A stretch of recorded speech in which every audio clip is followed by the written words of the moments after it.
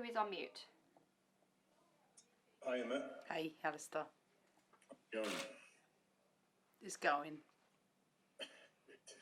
So, how do you speak to your team? What's your first team talk like going into this Champions League campaign after what happened last season? What's the focus? How do you focus them? Do you know what? As much as you think that we differentiate, we don't. It's just another game.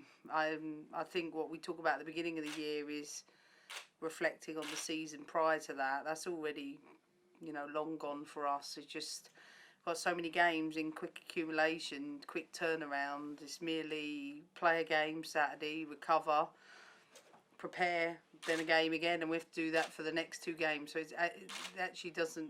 There's nothing grand about it. We just take everything from game to game.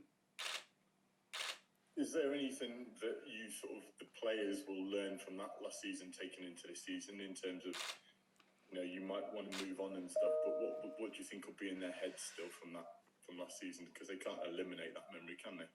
No, but I think it's the same for any loss you ever have. You just, you take from it what you need and then you discard the rest. I think you don't get preoccupied on the losses for too long. Like, I think the players, you have to ask them what they've learned from it. I think from my perspective, I think we've gained another year's experience. Yeah. Can I just ask you a little bit about what's been going on in the NWSL? I know you referenced this after the game on the weekend, but the players involved have been speaking as well. I just wondered what's happened in America with Paul Riley and other allegations as well. Is that something that could happen in this country? Look, I covered this topic the other day. I think in general we talk about like improving things so that women feel safe and not under threat on a daily basis. I think we have to talk about that happening in our daily lives, not just in a football environment. And I think for me, I'm talking closer to home and what's gone on with a couple of convicted cases last week. Like, this is what women have to deal with on a regular basis, and I, along with many others, hope that we continue to try and provide as much as a safe space, not just in our environment, but in society. This is not unusual for women to experience these types of experiences, and I think we have to work every day to make sure that we don't feel as threatened or live in fear.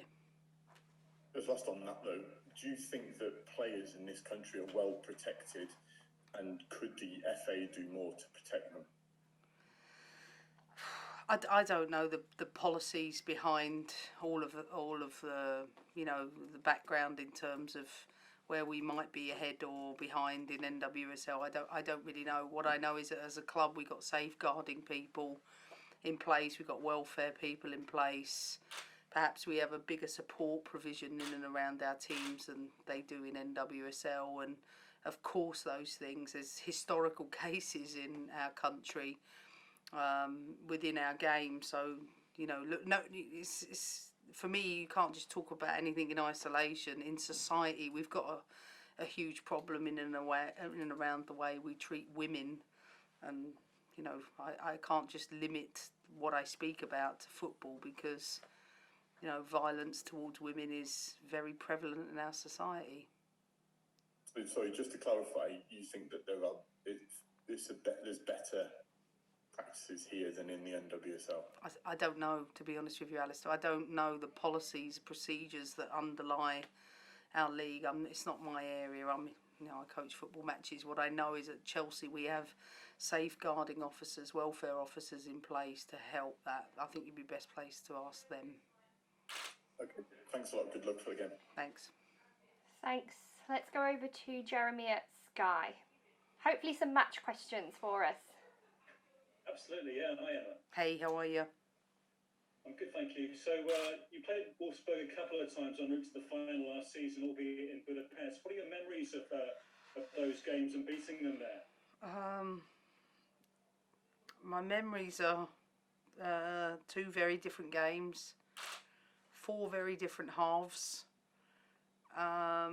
away goal rule in place, And now I think with no away goal ruling in Champions League, it really creates some new dynamics. So I think we're playing to win, and you're not playing in two-legged affairs. So I think it's a much different proposition now in the Champions League with the group games as opposed to two legs. Sure. And what have you made of them so far this season? They've never lost a Champions League tie on English soil before. Listen, German teams have got unbelievable results over the years in Europe. We respect Wolfsburg as a team, and we know that they've recruited, they've got a new coach.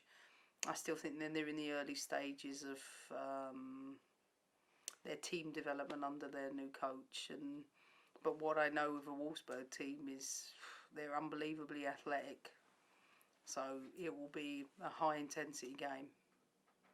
Sure, I know you referenced the final, but how much does the Champions League burn for you and the girls after what happened against Barcelona? Less so than you think. I think it's more of a headline for you than it is for me, because when you're in this environment, you've got many competitions to play for. Our preoccupation is on our daily practice and competing for every trophy.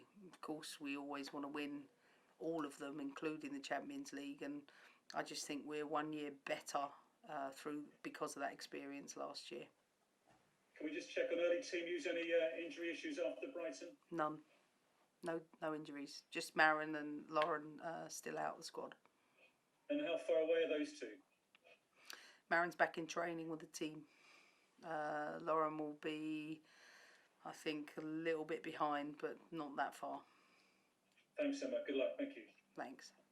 Thanks, Jeremy. So that's the end of the broadcast section. Let's go over to written. Welcome you to raise your hands now, but we do have Tom Gary at the Telegraph ready to go.